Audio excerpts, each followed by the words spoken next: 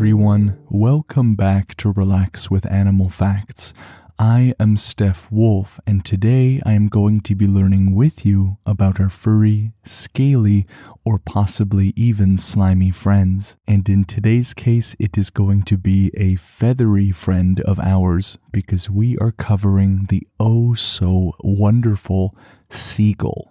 Now, for the sake of shortening the intro for future episodes, we are going to be moving the episode dedications along with how to submit your animal facts to the end of the show. Now, some intro for this show is absolutely necessary, and so if you want completely intro-free episodes, you'd have to go to patreon.com/relaxwithanimalfacts, where we just get right into it. So for those of you that are long-time listeners, the format is going to be a little bit different as we continue to fine-tune the show and make it as enjoyable for everyone as possible.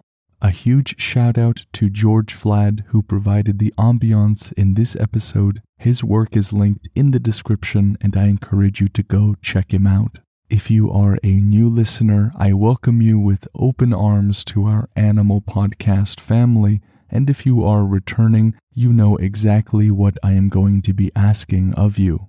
I have 3 primary exhortations for you. The first thing I encourage you to do is to put on a pair of flip-flops or sandals because we are certainly going to be needing those for where we are going today. And my second exhortation, which is arguably the most important, is for you to realize where you are carrying some tension. It could be in the neck, even in the face, the arms, the legs. Regardless of where that tension is, my exhortation to you is the same. Do your best to relax whatever it is that you are tensing. If you're not sure what that is, you can start from the bottom of your feet and just work your way up to your head in your mind, kind of relaxing as you go. You can bring up in your mind some jello and do your best to become the jello. And the third thing I encourage you to do is to give your mind permission to wander and journey with me as we go onto the beach where the seagull resides.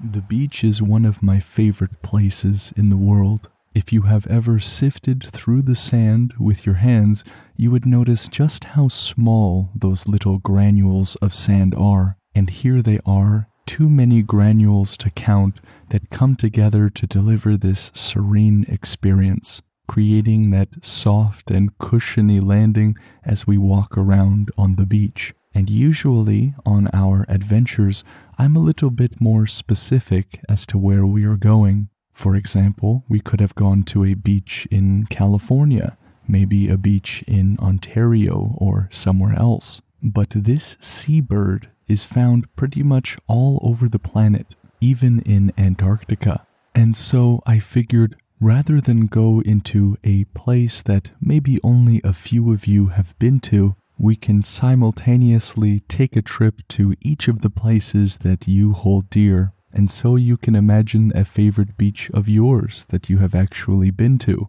except instead of it being absolutely crowded by people, it is just us and the seagull. So as we mentioned before, there are many places where the seagull resides.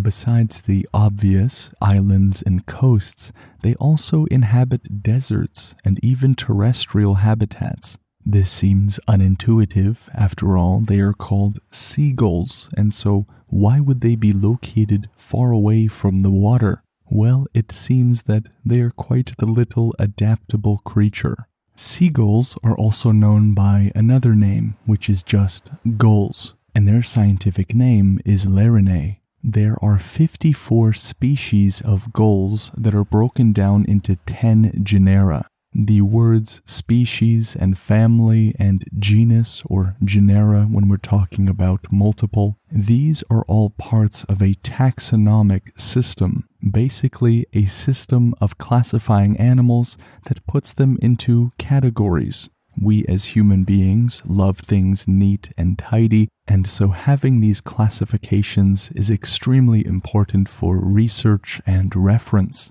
Especially when you have more than 50 species of gull. There's going to be differences, some of them less profound, some of them much more so. The smallest seagull, for example, can reach 11.5 inches in length and weigh only 4.2 ounces. But the larger species can reach up to triple the length, about 30 inches, and 3.8 pounds of weight. But despite all the differences, perhaps in coloration and size and weight, they are going to have many commonalities. Seagulls or gulls are going to have bulky bodies, long legs, long wings, those special webbed feet, and stout bills that end in a hook. They are equipped with a small claw about halfway up their lower legs that allows them to roost on high ledges without falling right off.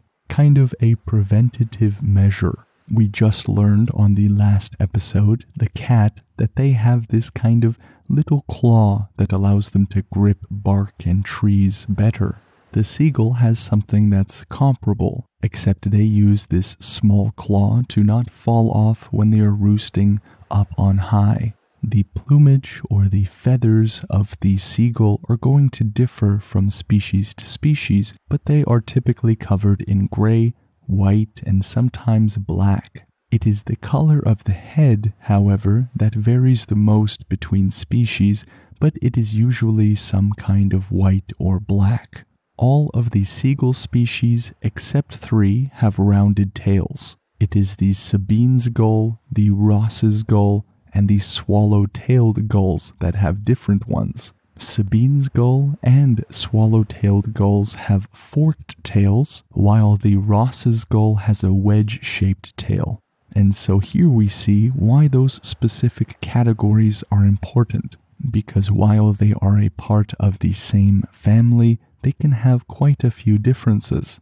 And you'll notice here on the beach, just like every other time you have seen seagulls, they enjoy living in large colonies. It is not too frequently that we will run into just one seagull. I think all of us have done some sort of experiment at one point or another where we throw a French fry or an onion ring, and all of a sudden, this one seagull becomes 30, and they all want the good stuff.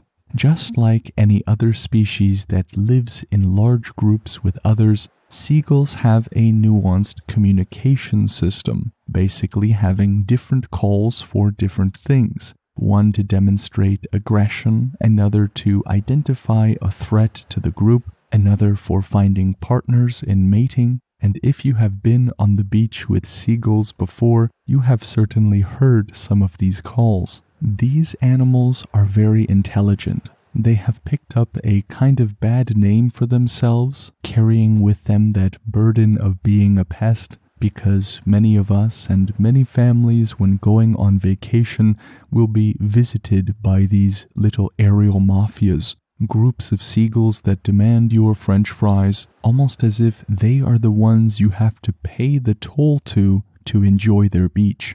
And it is often the case that once an animal is considered a pest in a social sense, people out of some kind of retaliation attribute to them stupidity. But in the case of the seagull, this simply isn't true. It just so happens that they use their intelligence to extort unknowing beachgoers. In a natural sense, when they get mollusks, which are hard-shelled, they will take them and drop them onto rocks so that they can break open. When hunting little earthworms, they will stamp their feet on the ground in order to mimic rainfall, an incredible little deception that allows them to eat on earthworms who are buried deep in the soil. And apart from the beach, you may have noticed that many seagulls hang out around bridges, kind of hovering and flying above them. Well, the reason they do this is because those paved roadways garner a lot of heat from the sun and radiate it outwards. And so for the seagull, flying over these ridges and roads is like their version of huddling around a campfire for warmth. They'll even use breadcrumbs that they have found lying around to attract fish. All of these hunting techniques and survival techniques they will pass along to their offspring, allowing them to adapt to their environment over and over. Now you know that when you gave them that French fry and they flew away with it without eating it, maybe they used it as bait to catch fish. These animals truly have grit. They are quick adapters to their environment, which in our modern age is constantly changing, and they use their great intelligence to take food from other birds, from other animals, and of course from us. Such is their grit to survive that they will sometimes even eat younger members of their own species. That phenomenon in which an animal eats a member of its own species is called cannibalism. Seagulls are apt swimmers, flyers, and walkers. They can do it all. Many other seabirds have an easier time flying than walking because of their body proportions, their wingspan, their weight, and some other factors. Many of them are quite clumsy, having to do a waddle or skip or jump, but the seagull is superior to other seabirds in this way.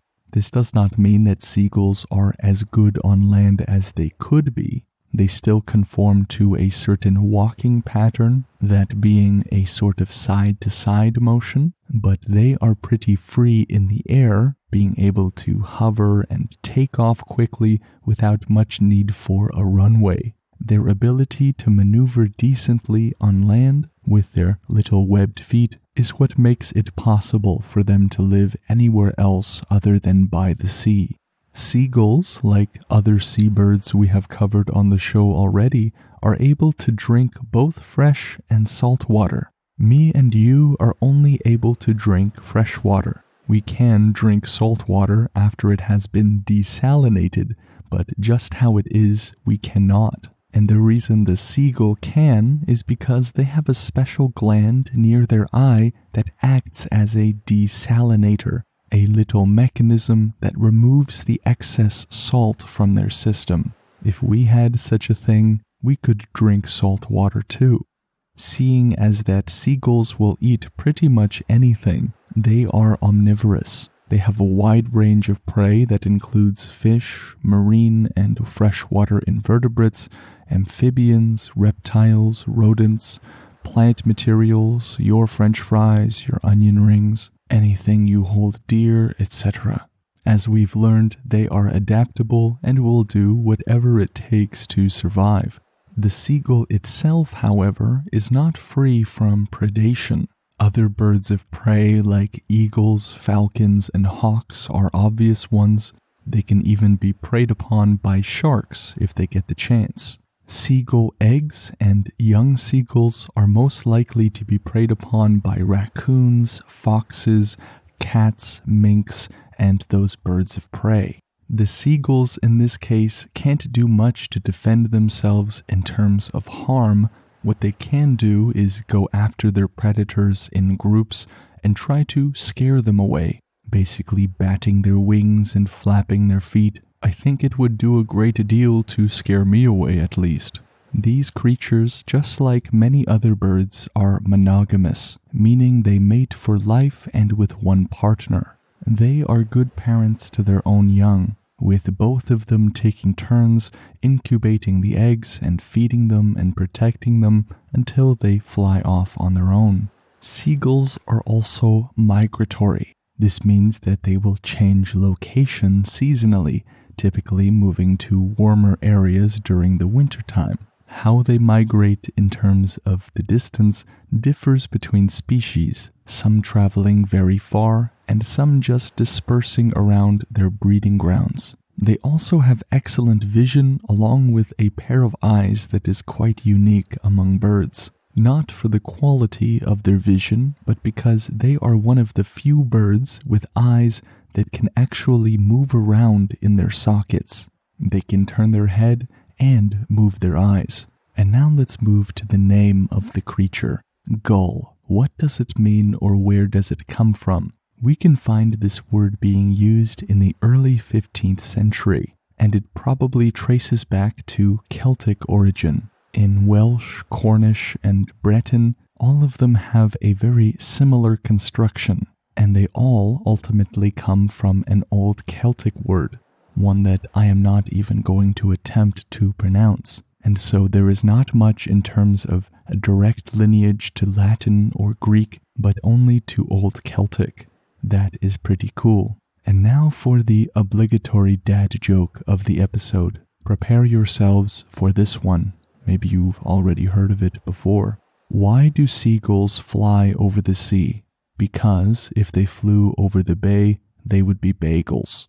See, now that is actually just a good joke. I have to say, I enjoyed that one. That one didn't seem to well up in me any kind of emotional distress, something that I've become accustomed to in reading the jokes. It is perhaps the case that this joke is a little too good. But anyways, let's move to the review of the episode, coming from Airman Mom, writing all the way from the United States of America. Airman writes, "Your podcast is one of my favorites. Not only do you share countless facts, your presentation is so unique. Well done." Thank you, Airman Mom, for that wonderful review. I am very grateful that you consider this podcast to be one of your favorites. If there is anything I could say about this show, it would be that it is idiosyncratic in its presentation. The reason I haven't found any other show that does it is because I completely made it up. But you guys seem to like it, and so I continue. If the show helps you at all, leaving a review like Airman Mom did is one of the biggest ways that you can give back. It only takes a minute or two, and it could be the reason someone else finds the podcast. Your review could be one that makes the show better, and so I encourage your feedback. This episode, of course, was a very special listener episode dedicated to Ashley, who wrote in for the Seagull. I hope you enjoyed your episode. I hope you enjoyed learning about them as much as I did. If you would like to request an animal for the show, you can do so by going to relaxwithanimalfacts.com and clicking on the Submit and Animal Request tabs. If you would like to reach out to me, Steph Wolf, for any other reason, you can do so by sending an email to relaxwithanimalfacts@gmail.com or by sending a message to relaxwithanimalfacts on Instagram. If you haven't already followed the show or become a subscriber of it on whatever platform you listen, I encourage you to do that too, because it really helps. And for more Relax with Animal Facts, you can go to patreon.com/relaxwithanimalfacts. A huge shout out to George Vlad for the ambiances contained within this episode. It is because of his work that we can travel to these places together. His YouTube is linked in the description, and I encourage you to go check him out. The facts used in this episode come from onekindplanet.org, softschools.com, sonoranresorts.mx, birdspikesonline.co.uk, animalcorner.org, and etimonline.com. Those are also in the show notes for your exploration. What an amazing animal we have covered today. Again, one of those underdogs, those animals that we know as common and as ordinary, but they have so much underlying that we have not appreciated yet. Well, perhaps before this episode. And I am so glad that you took the time to join me on this adventure together. I look forward to learning about the next animal on the next episode. Take care.